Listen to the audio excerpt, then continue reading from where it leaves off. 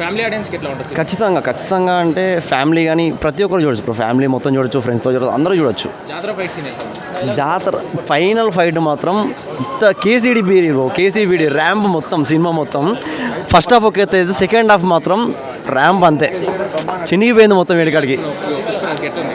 నేను పెద్ద fan bro. నేను అల్లు అర్జున్కి 3 years వెయిట్ చేసినందుకు ఖచ్చితంగా ఒక మంచి బిందులకి ఇది చాలా బాగుంది బ్రో. మూవీ అయితే సెకండ్ హాఫ్ మాత్రం హోల్ మూవీ మాత్రం అన్ని మూవీస్ని ఖచ్చితంగా దాటిస్తుంది. మూవీ 3 years వెయిట్ చేసినందుకు పక్కా మాస్ బ్రో. పక్కా మాస్. ఫస్ట్ హాఫ్ ఓకే నడుస్తుంది, స్టోరీ మొత్తం వాళ్ళ పాత్రలు అన్నీ చెప్తారు.